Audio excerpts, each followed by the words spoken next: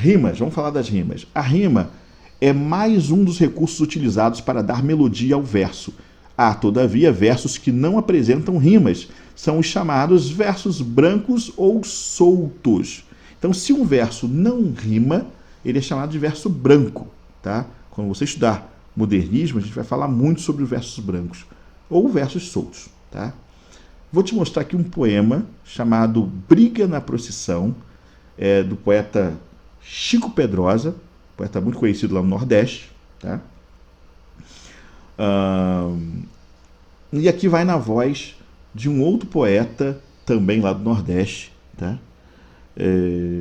Então, ouça aí o poema. Quando Palmeira das Antas pertencia ao capitão Justino Bento da Cruz, nunca faltou diversão. Vaquejada, cantoria, procissão e romaria, sexta-feira da paixão. Na quinta-feira maior, Dona Maria das Dores, no salão paroquial, reuniu os moradores e ao lado do capitão, depois de uma preleção, escalava a seleção de atrizes e atores. O papel de cada um, o capitão definia, a roupa e a maquilagem eram com Dona Maria. O restante discutido, aprovado e resolvido na sala da sacristia.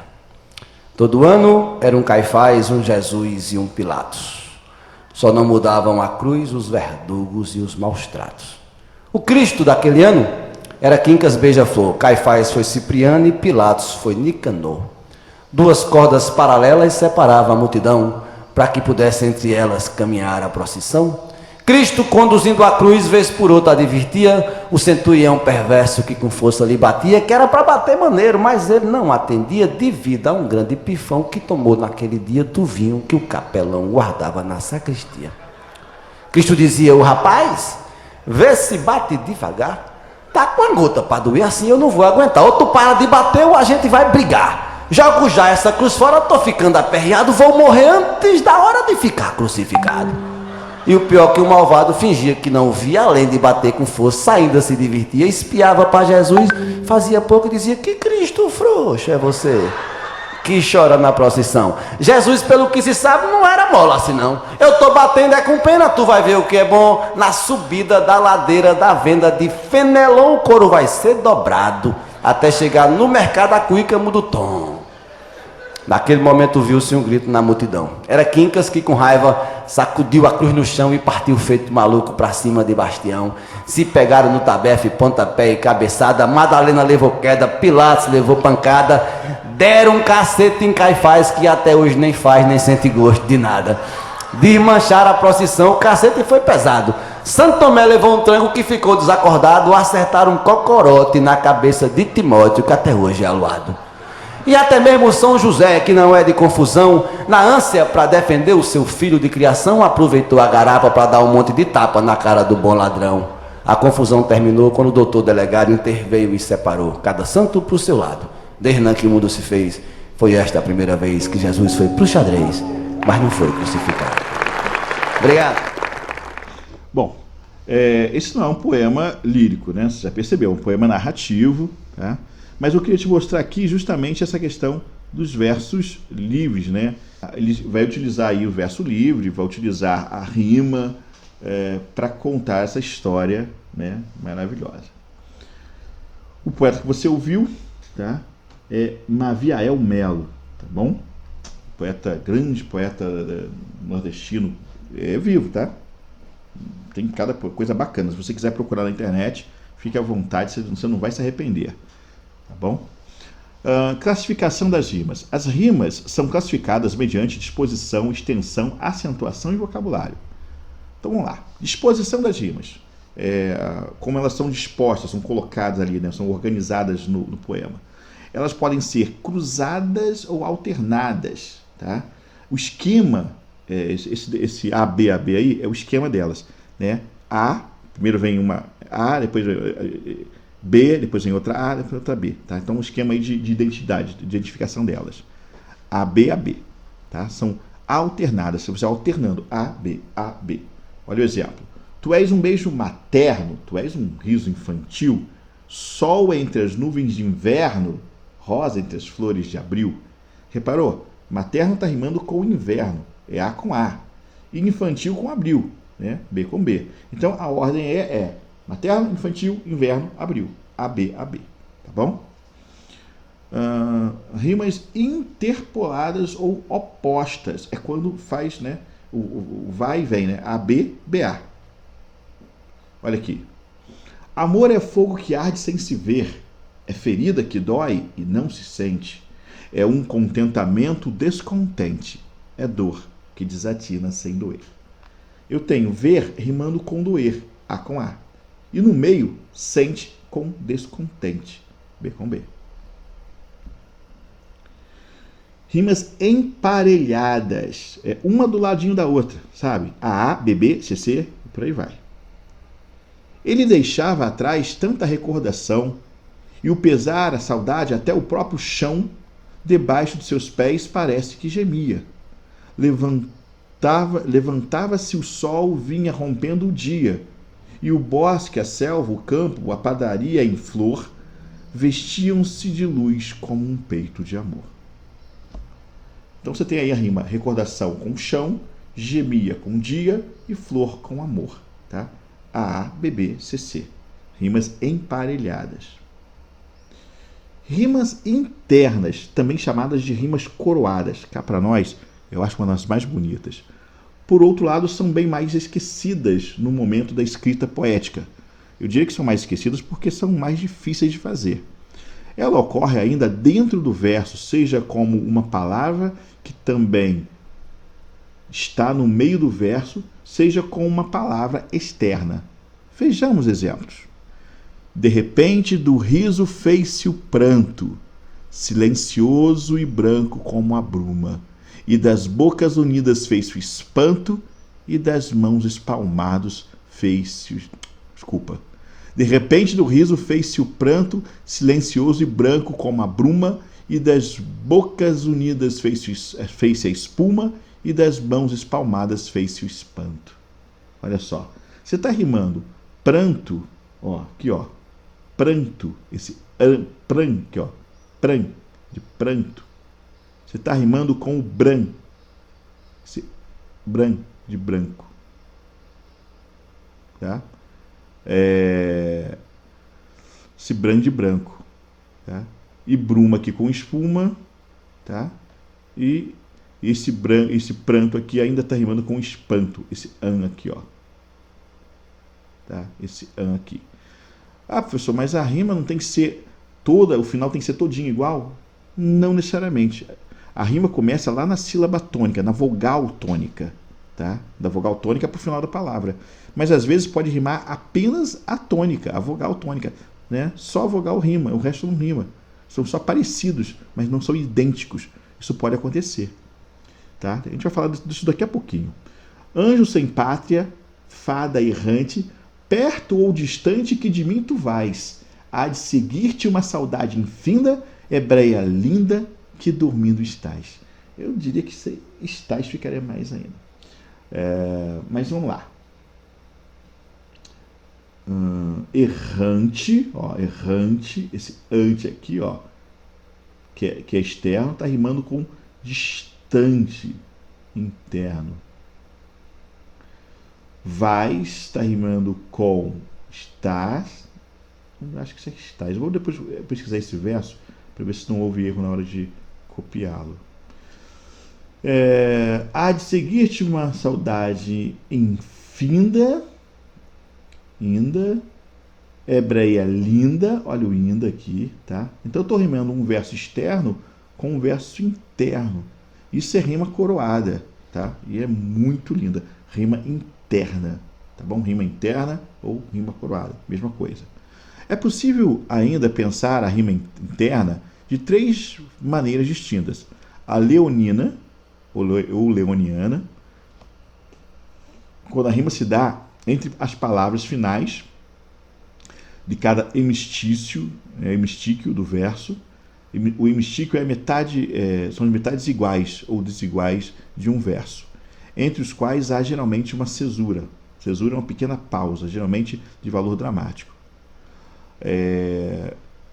Isso na poesia épica, né?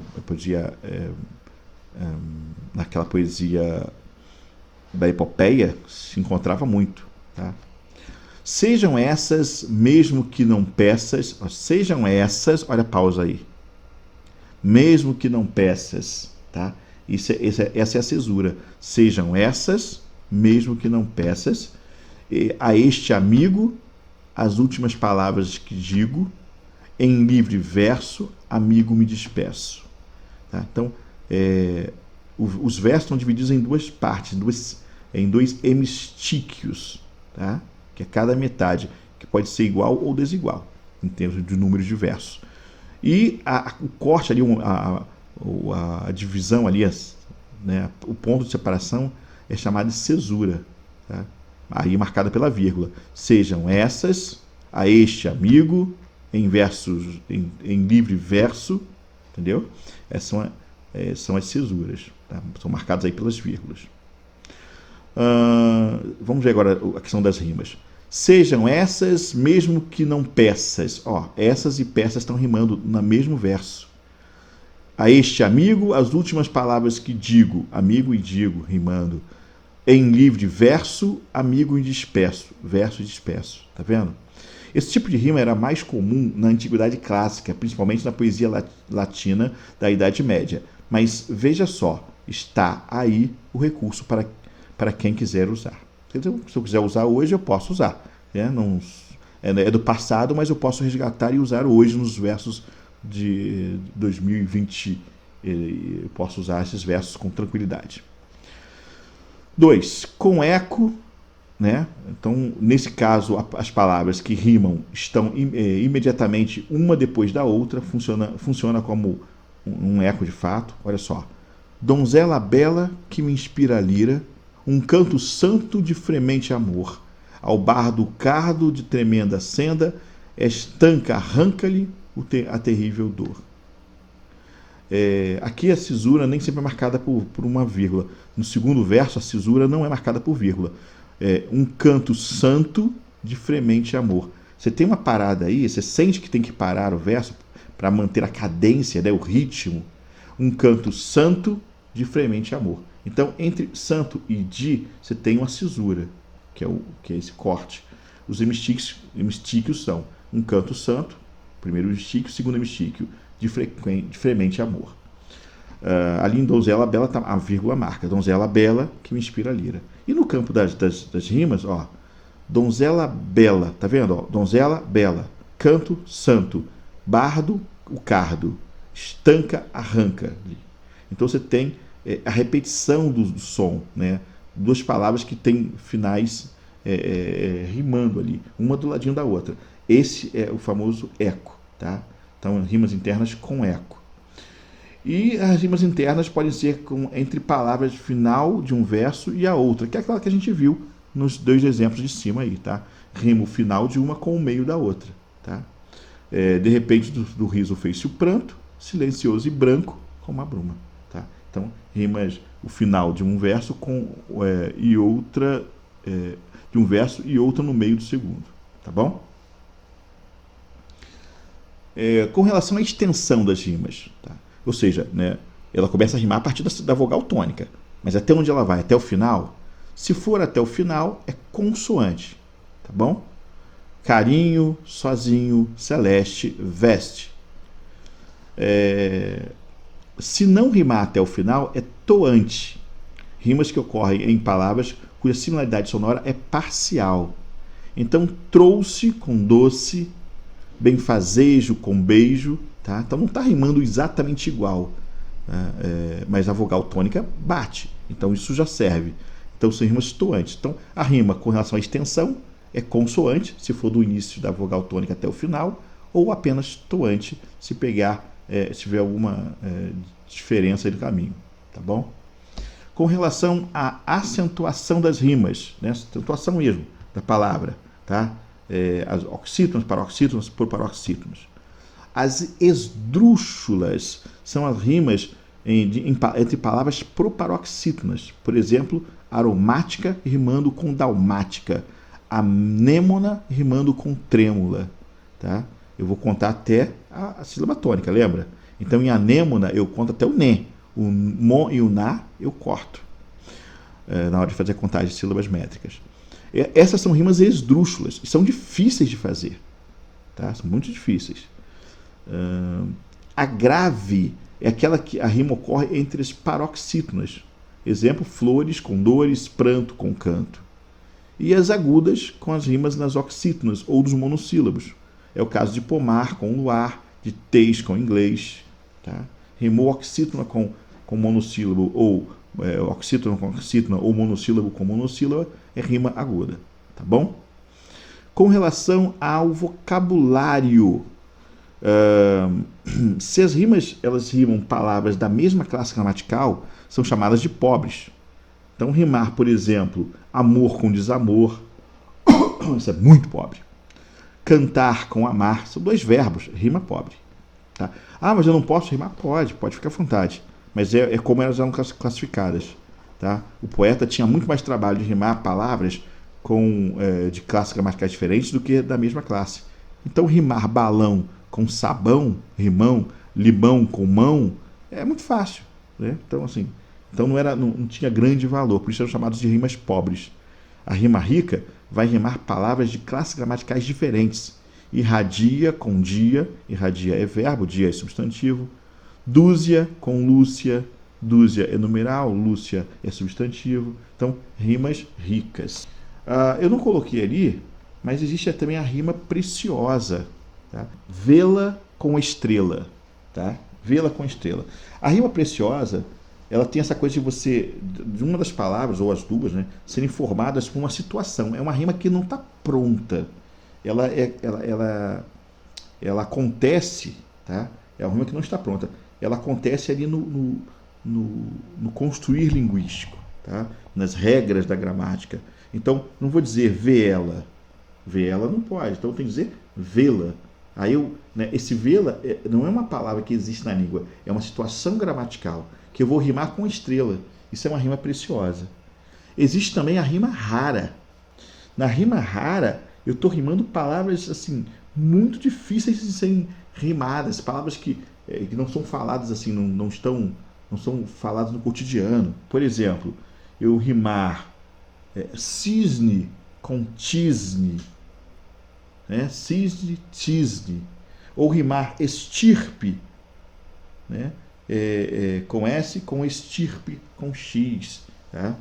Então, isso são rimas que a gente chama de rimas raras, porque são palavras difíceis de você encontrar no dia a dia, né? De usar no dia a dia para rimar e rima. Tá bom?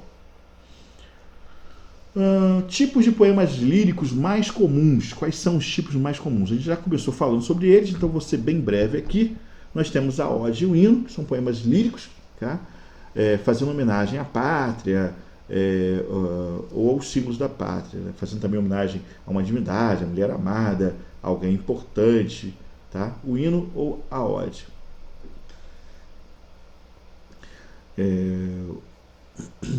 O hino é uma ode com acompanhamento musical. Então, assim, são iguais. A diferença do hino para a ode é que o hino tem acompanhamento musical obrigatório. Salve, lindo pendão da esperança, salve, símbolo augusto da paz. A ode já não precisa disso, tá bom? A elegia é um poema lírico em que o emissor expressa tristeza, saudade, ciúme, decepção, desejo de morte.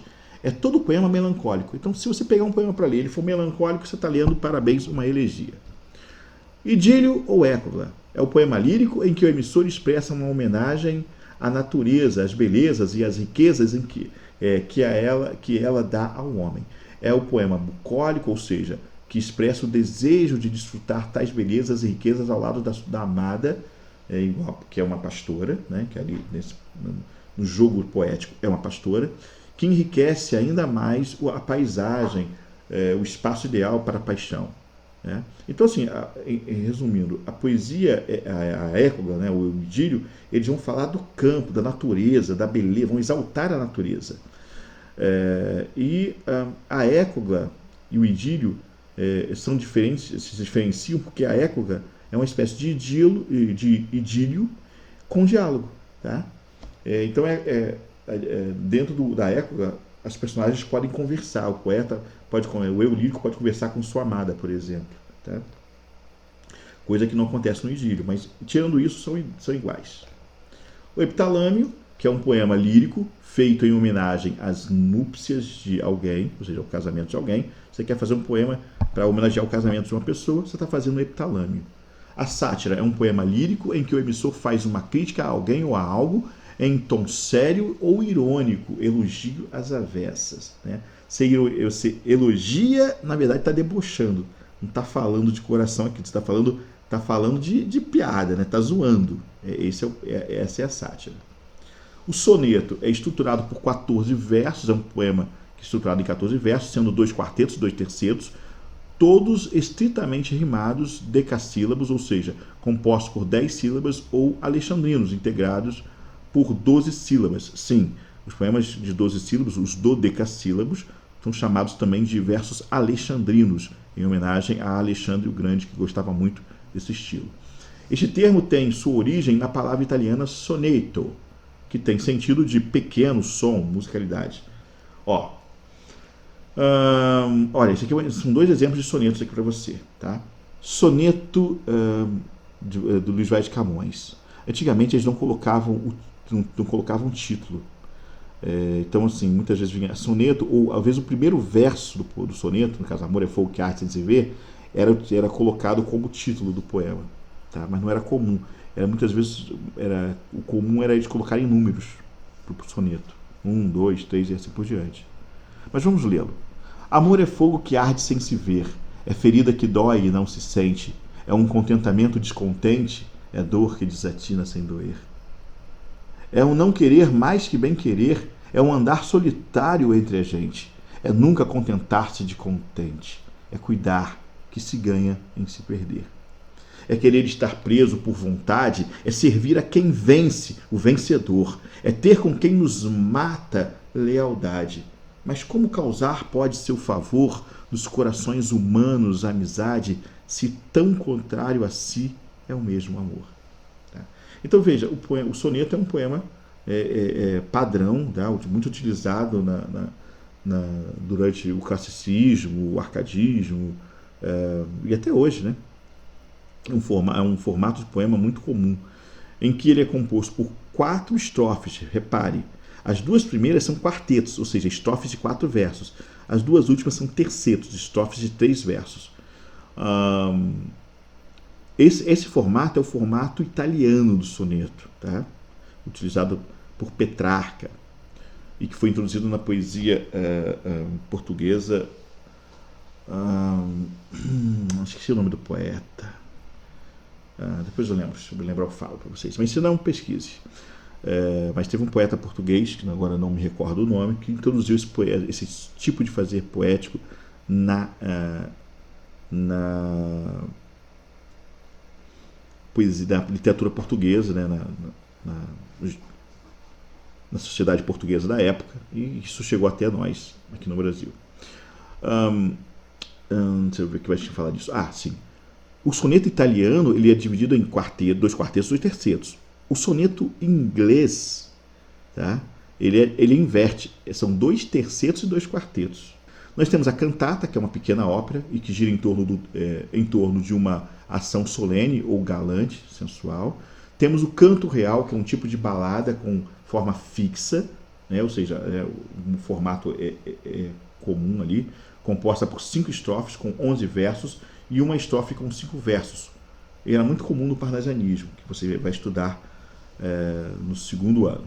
O ditirambo, que é o canto em louvor de Baco, que deu origem à tragédia, tá? É um tipo de poesia lírica, e dela que surgiu a tragédia. O gazal, ou gazel, que é a poesia amorosa dos persas e árabes, e odes são as odes do Oriente Médio. O haikai, que é um poema japonês, formado por 3 versos, que somam 17 sílabas, assim distribuídos, um verso de 5 sílabas, um segundo verso com 7 e o terceiro com 5 sílabas. A lira, ou idílio, que é a mesma coisa que o idílio, né? Idílio, época. Então, a lira, mesma coisa. O madrigal, assim, existe a lira instrumento, existe a lira gênero poético. O madrigal, que é o idílio amoroso, que consiste num galanteio que o eu lírico faz a uma pastora, né? Então o madrigal aí ele é específico, é um idílio específico, que é um galanteio à pastora. Existe o noturno, que é uma elegia, tá? O noturno nada mais é do que uma elegia, mas é um poema melancólico em que o símbolo da tristeza é a noite. Existem as oitavas, as sextilhas, né? As oitavas são com 8 estrofes, né? Poemas com estrofes de 8 versos, por exemplo, e as sextilhas são poemas com estrofes de 6 versos. Né? Existe a parlenda, que é uma composição ritmada destinada a certos jogos infantis. Essa você conhece bem, aquela famosa 1, 2, feijão com arroz, 3, 4, farinha no prato, 5, 6, comer outra vez, ou virar freguês, sei lá, já não lembro mais. Mas você conhece muito bem. O rondó, que é um poema lírico que tem o mesmo estribilho se repetindo por todo o texto, então ele tem um refrãozinho ali se repetindo. Nós temos a trova, que é o mesmo que cantiga, ou canção, ou quadrinha, que é um poema de versos, um poema de quatro versos, formando uma quadra, tá? Uma estrofezinha só de 4 versos. Ou pode ter várias, né? Feito de várias estrofezinhas de 4 versos, uma trova. E temos o vilancete, ou glosa, que são as cantigas de autoria dos poetas vilões, tá? Vilão aí que moravam na vila, tá? Cantigas de escárnio e maldizer, satíricas, portanto, tá? Então, cantigas que tentavam falar mal de alguém, ou né, aí podiam dar o nome ou não, tá? Você vai estudar isso melhor quando falarmos em trovadorismo. Vamos ver alguns exemplos? Então, uma oitava, tá? Poema de 8, né? Como falei, cada estrofe tem 8 versos, tá bom? Soneto, que nós já vimos. Esse do lado aí à direita é o soneto do Vinícius de Moraes, poeta do modernismo. Você vê que até no modernismo o soneto era bem visto. A balada, tá? É um poema de forma fixa. Balada das damas dos tempos idos. Dizei-me em que terra ou país esta flora a bela romana, onde Arquipíada ou Thaís, que foi sua prima germana, eco a imitar na água que mana, de rio ou lago a voz que a aflora, e de beleza sobre-humana. Mas onde estais, neves de outrora? E Heloísa, a mui sábia e infeliz, pela qual foi enclausurado Pedro Abelardo de São Denis, por seu amor sacrificado. Onde igualmente a soberana que a Buridã mandou pôr fora, num saco Alcena arremessado? Mas onde estais, neves de outrora, branca a rainha mãe de Luís, que com voz divina cantava, Berta pé gran Alix Beatriz, e aqui Maine dominava, e a boa Lorena Joana queimada em Ruão. Nossa Senhora, onde estão, Virgem soberana, mas onde estais, neves de outrora? Príncipe, vede, o caso é urgente, onde estão elas? Vede-o agora, que este refrão guardeis em mente, onde estão as neves de outrora? Rondó, tá? O rondó é um poema de forma fixa, composto por 3 estrofes, totalizando 13 versos, onde 2 formam 2 quadras e seguidas de uma quintilha. No entanto, devemos lembrar que ele pode surgir de maneira variada, tá bom? Então, temos um rondó do Manuel Bandeira, o cavalinho correndo e nós cavalões comendo, tua beleza esmeralda acabou me enlouquecendo. Os cavalinhos correndo e nós cavalões comendo, o sol tão claro lá fora e em minha alma anoitecendo. Os cavalinhos correndo e nós cavalões comendo, Afonso Reis partindo e tanta gente ficando.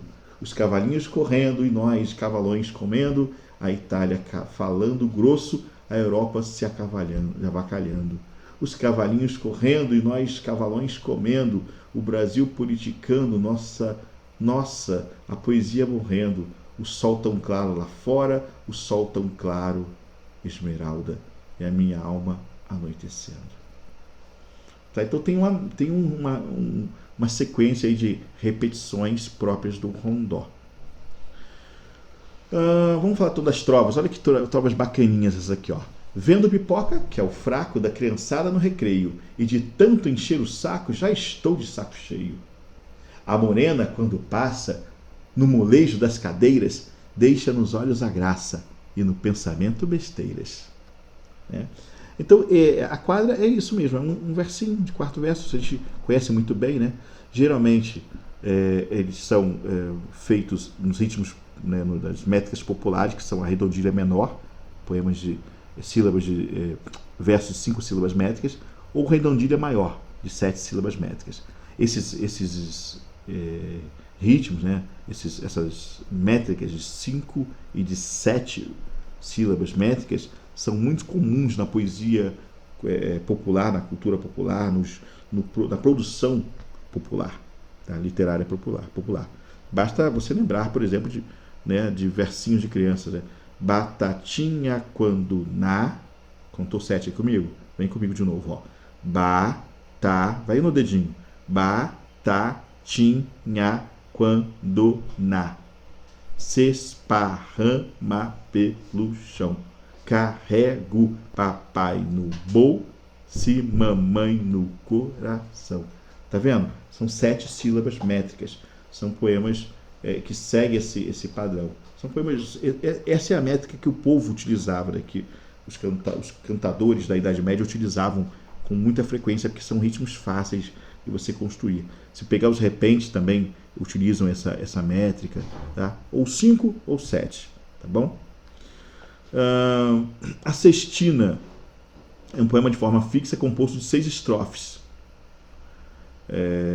de 6 versos cada, tá bom? Você está vendo aí, vão seguindo aí de 6 versos cada. E uma estrofe de 3 versos, no finalzinho que você tem uma de 3, você reparou? Tá bom? Não vou ler não já está muito grande esse vídeo, mas se quiser dar uma pausada e leia esse poema, é bem interessante. Poema de origem japonesa criada no século XVI, os haikais são formados por 3 versos, seguem a estrutura abaixo. O primeiro verso com 5 sílabas poéticas, pentassílaba, né, portanto. O segundo com 7 e depois o terceiro com 5. São aqueles ritmos bem populares que a gente acabou de falar. Acaba farra, formigas mascam restos de cigarro. Dia de primavera, os pardais no jardim tomam um banho de areia. Às vezes parece não fazer sentido, mas fazem sim. E a temática é sempre a natureza, tá? Saio de manhã, lembrando os tempos de escola, frio leve de outono. Chuva de primavera, o casal na correria, rindo sem parar. Sempre vai enfocar temáticas voltadas, o vocabulário ali sempre remete à natureza, tá bom? Galera, é isso. Ficamos por aqui. Eu sei que o vídeo ficou longo, mas ele estará dividido para vocês, tá bom? Obrigado e até a próxima aula. Beijo no coração de todos. Fui!